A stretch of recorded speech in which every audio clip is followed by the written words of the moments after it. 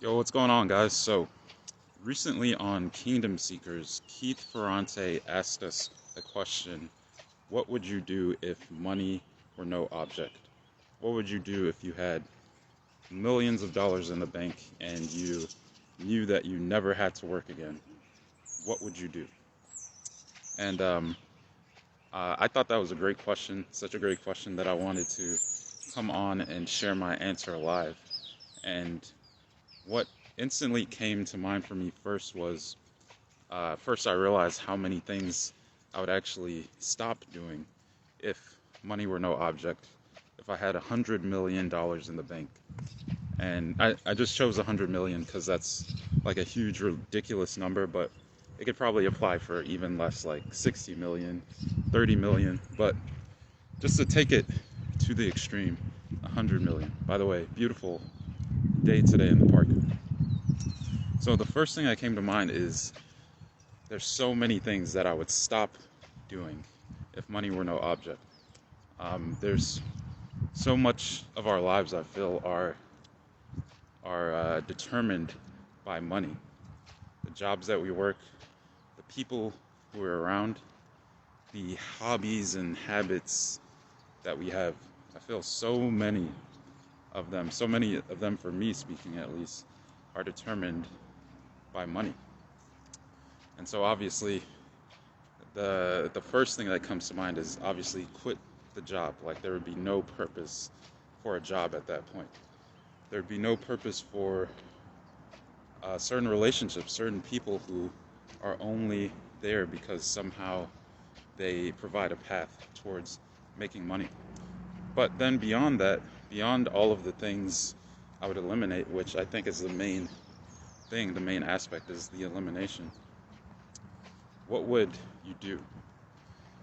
And so one of my favorite stories ever, it's from this book you guys may know. It's called Think and Grow Rich. There's a story in there about a pastor who kind of was asking himself this question, like what would he do if he had $1 million? And so this is a story of, it's a guy called Pastor Gonzalez, and this was like over 100 years ago. So back then $1 million would have been equivalent to like 30 or 50 million dollars today. So essentially the same question. And he's this pastor, and so he actually created a vision. He created, let's call it $1 million vision of what he would do if he had $1 million. And what he decided is he saw the school system and he realized that there were many inefficiencies, many problems with the school system, many gaps in the education system. Like he felt like schools, they taught kids a bunch of information. They taught young people a bunch of information, but didn't necessarily train them to be ready for the workforce. So he saw this huge gap and he decided, all right, if I had the resources, I would create a institution where students would not only be taught information and given knowledge, but also apply that knowledge and also be trained in a specific skill that they could then bring to the workforce and be a productive member of society. And so he created that vision, he had that vision, and then he's like, all right, now I need $1 million to develop this vision. To actually, like I've conceived it, now I actually need to deliver. I need to create this thing. But so he started thinking about ways that he could get the $1 million, and he was thinking, and every day he would be coming up with ideas. And for 2 years, he went on thinking about how he could get the $1 million. He had this vision that he knew would create an impact that would be beautiful in the world, but he just didn't know how to get the resources, the money. And so he just went on for 2 years thinking about this. And ultimately, he got so frustrated. He realized it had been 2 years that he had been crafting ways and means trying to figure out how he could get $1 million. And so he finally, one day he was frustrated and he realized that it had been 2 years had passed and he hadn't made any progress. He hadn't gotten a dollar to help him create that vision that he had. And in a moment of inspiration, he just decided, by the end of this week, I'm going to come up with the money. I'm going to find the $1 million to create this institution. And he made that decision. And then he went to work because he's a pastor. On a Saturday, he made this decision. And he decided on Sunday he would give a sermon called "What Would I Do If I Had $1 Million?" And so he wrote the sermon instantly because he had been thinking about these things for 2 years. So it just flowed effortlessly. And he went to sleep just imagining and thinking and seeing the $1 million in his hands. And then so the next day, Sunday, it's time to go to church. He goes to the sermon and it's time for him to give his sermon actually. And he realizes that he left the sermon that he crafted. He left the sermon at home. So he didn't have the sermon with him. But he's going up to the stage and he still had the confidence because the words of that vision were written on his heart. He knew it so deeply that he didn't need the paper. And he went up there and he delivered the message. He delivered what is called the $1 million sermon. And he called it, "What Would I Do If I Had $1 million?" And he delivered it with passion, with fire, with enthusiasm. And by the end of this sermon, one man, obviously the crowd was raving, but one man walked up to him and said, "I really admire your vision. I'm really inspired by that sermon you gave. And if you come to my office on Monday, I'll give you a check for $1 million." So he goes to this man's office the next day and collects the check for $1 million to build the institution that would train young adults to be productive members of society and not only to gain information. And so within 36 hours, he made the decision and then he had the resources to deliver his vision. And I love that story for so many reasons, but another reason why it's significant is the name of that pastor was Pastor Gonzalez. And the name of the man who gave him the check, the $1 million check to build this school, was Philip D. Armour. And this institution that they created together went on to be called the Armour Institute of Technology. Now, in modern day, it's known as Illinois Institute of Technology, which is my alma mater. So I found such a powerful connection to this because the school that I went to was founded on $1 million vision. And the whole time I went to Illinois Tech, I never knew this story. I only discovered it maybe like 5 years after graduating. But what a story, what a genesis, and what an exercise in knowing, like, if you create a vision of what you would want to do if money weren't an object, it's possible that the resources would come in ways that you couldn't imagine. So what would be my $1 million vision? What would be, well, modern day, $1 million then is about 30, 50 today. So let's just say, what would I do if I had $100 million? That's what I want to share with you guys. So from my perspective, the problem that I would want to solve, I've also heard this idea from Dr. Benjamin Hardy of mercenary or missionary.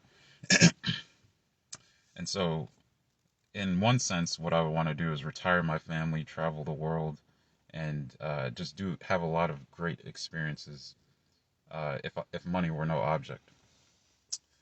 But so the idea of mercenary versus missionary. A mercenary is after things simply for their own personal gain. for their own personal monetary gain or their own gain as far as experiences. But a missionary is in it for a purpose. They have something that they're willing to die for. They're so committed that they won't easily be wavered.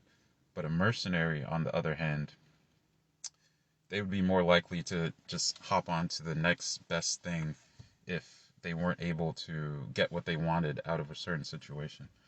So, one good example of that, I think, is lottery ticket winners. Most lottery ticket winners end up losing all of their money and ruining their lives even worse than they were before. So, I align much more with the idea of being a missionary. And Steve Jobs also said that when he was developing Apple, he said that it's not about the money. It's not about the money. It's about the product. It's about the thing that you create and how it impacts the world, how it impacts the people, your customers. And even though he was worth billions and billions of dollars, um, I think if you look at his story, he was somebody who left a huge impact, which is still being felt today. The phone that I'm speaking to you on, it only exists because he was so committed to a mission, and he wasn't just committed to profits. He was committed to a purpose. So even though he made a bunch of money, even though he made a bunch of profits, he left a legacy beyond those profits.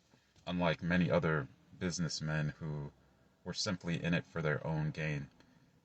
People talk about Steve Jobs with so much admiration.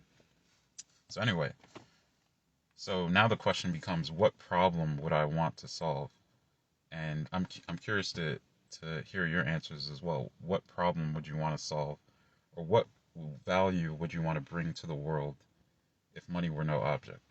So for me, the answer that comes to mind is there's a problem I've been trying to solve for like perhaps the last decade of my life. And I would define that problem as Carl Jung, the Swiss psychologist, defined it, as modern man in search of a soul. So ever since I feel like I passed adolescence, I realized that there was a lot of lack lacking of purpose in young men. I noticed that in myself, and I noticed that in my peers. I noticed that we had these ambitions and we had these things that we wanted to achieve. We wanted to be great in many ways, but the people who we idolized, the people who we looked up to, weren't always the best examples. And every young guy, we all essentially have the same ambitions. It's to get more money, get more girls, get more muscles. And it was pretty much simple as that. If you achieve those things, you're successful. You've won as a man. And what I realized in my own journey is I pursued those things. I pursued those things with all of my might, all of my effort, all of my focus was on pursuing those things. And and following mentors, there are various mentors who are out there are promoting who are promoting male self-improvement, who preach that and who preach different ways to get money, preach different ways to get more girls, preach different ways to become just like uh, a masculine, a more a superior man, let's say. But what I realized in my own journey is that that ultimately led to destruction for many of the men who pursued that. And for me in my own journey, I feel like it led to me losing, in a sense, losing my soul. And so Carl Jung wrote this book called Modern Man in Search of a Soul, where he talks about how in this modern day, technology has advanced. Technology has advanced at a rate that's so fast that man's maturity has not caught up. So technology has advanced, like, let's say technology has advanced 100 yards, but the maturity of the modern man has only advanced, let's say, 20 yards. So we're way behind the game in terms of maturity. Technology is way ahead. So all of these various things, like the modern day things that hold back men, whether it's pornography, whether it's social media, whether it's whatever it could be, drugs, whether it's alcohol, many of these things in the modern day, whether it's even something like prescription drugs, being diagnosed as ADHD or something because you have creativity, because you think outside of the box. There are many, many ills for the modern man, the modern young man, or the modern man of any age. And then also there's this push against men having ambition, men having even a certain level of aggression, wanting to achieve something. In my experience, all throughout college, all of those things were stifled, were were put down, and men were encouraged to be more touchy, more in their feelings, and more uh, essentially more feminized. I feel like the modern day university feminizes men, from my perspective. And so, all of this said, what is the problem that I would like to solve? I feel like the modern man has an identity crisis. He doesn't know who he is. He doesn't know where he stands. He doesn't know what he has to bring into the world.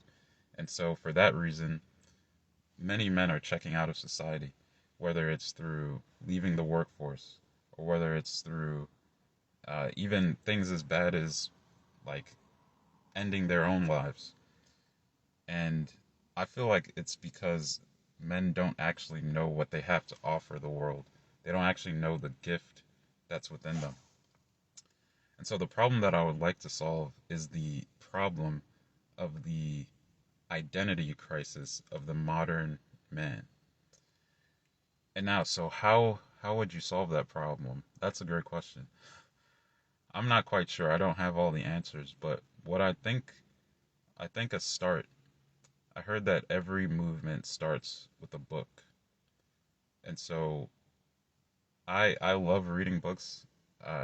For example, Carl Jung, Jordan Peterson is somebody who I feel is great in terms of helping men to regain their identity and understand their value. So I think I would write a book. I think I would write a book, and then I would do something similar to, say, Jordan Peterson's Academy, or there's also Garrett J. White. He has a warrior movement. So obviously this isn't the kind of problem that one person can solve alone. So I think I would really just want to take part in solving that problem and create some sort of a training organization where men would be able to discover their gifts and develop their gifts so that they can give their gifts to the world. Because as I've learned from Miles Monroe's teaching, when potential is not released, it destroys the individual who doesn't release it, and it also destroys the rest, the people who are around that person. A great example of that is like a tree. A tree takes in carbon dioxide that we exhale. Now, if trees decided that they weren't going to let out oxygen, then all of a sudden, all of us humans would no longer have oxygen to breathe. All of the life on Earth that depends on oxygen would no longer have that life giving sustenance. All of creation, all creatures would die, and trees themselves would die. And so, by not releasing their potential, the tree not only killed those that are around it, but they killed themselves. So with all of that said, I think the problem of the male identity crisis today could be solved by men discovering the gifts that they have to give to the world and giving them to the world. I think so many of the problems in the world could be solved by that.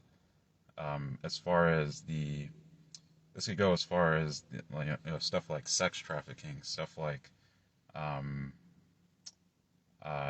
even things like the obesity epidemic, because I think the obesity epidemic is really a symptom of men who are in power having a corrupting influence. So I'm curious, what do you guys think? What do you guys think? What do you align with that vision? Do you disagree with that vision? What do you guys think? I'm just crafting this with you guys as we speak live. So, um, Avidan, men need community to be real men. I 100% agree with that. And it's something very interesting. I noticed, this is something I noticed in college, is that which actually I was in a fraternity, which is a form of community of men. And when I was in that environment, we were able to speak truthfully in ways that were generally not allowed to in all of society when, women and children are involved as well. Nothing against women and children, but there's just a certain rawness and a certain level of truth that comes to the surface when men are free of any sort of distraction or trying to impress any women or trying to in any way be uh, trying to any way create a certain identity or create a certain uh, vision of themselves, if that makes sense. And but so I've noticed that it's not very much encouraged. It's not encouraged that men come together to accomplish a common purpose. And I think the reason for that is that the let's say the powers that be know that if men actually knew who they were at a large scale and came together with a common vision, there's nothing that would be impossible for us to do. And I think that would even impact women in a positive sense. It would even impact children in the most positive sense. But the man has always been considered the leader, the like let's say the foundation of society. So I just want to leave you guys with a story. So I never had thought about this way, but the late Michael Dalton in Kingdom Seekers was talking about Adam and Eve. So many of you guys may know this story, but there's something he pointed out that I think maybe will interest you. So when Eve was tempted by the serpent, she ate of the fruit. And then she went to Adam, and then he ate of the fruit. So Eve was persuaded by the serpent, and she was deceived, and she ate the fruit. Then she brought it to Adam.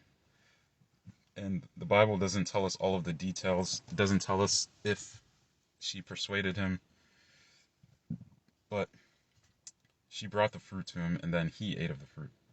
And so the interesting thing is that the Bible says after Adam ate the fruit, then their eyes were both opened.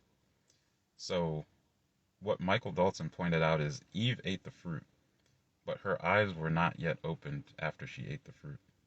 It was only after Adam took the fruit and partook of the fruit that both of their eyes were open and they were kicked out of the Garden of Eden, which was paradise.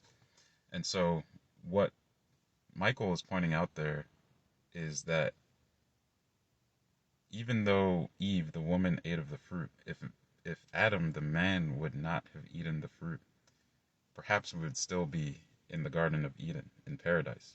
Because it was only when the man, who was the first creation, ate the fruit that everything really, all of the chaos really entered the world. So I thought that was a very, very profound realization. And looking at society, looking at the ills of society, how many ways have men been eating of the fruit? Um, but yeah, I want to leave you guys with that. So that's my 100 million, 60 million, 30 million dollar vision. What I would do if money were not an object. I would devote myself to solving the male identity crisis by perhaps writing a book on the definitive guide to mature masculinity. And they say when you write a book, you become the book.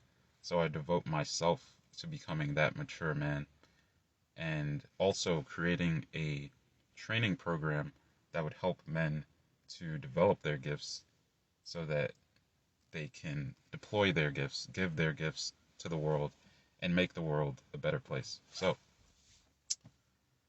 if you relate to that vision, feel free to comment below. Feel free to share with anybody else who may align with that. And yeah, if you disagree, feel free to say that below. Feel free to um, put whatever thoughts that you have below. I'm crafting this as we speak. So, yeah. Hope you guys have a great day, and we'll chat again soon. Peace.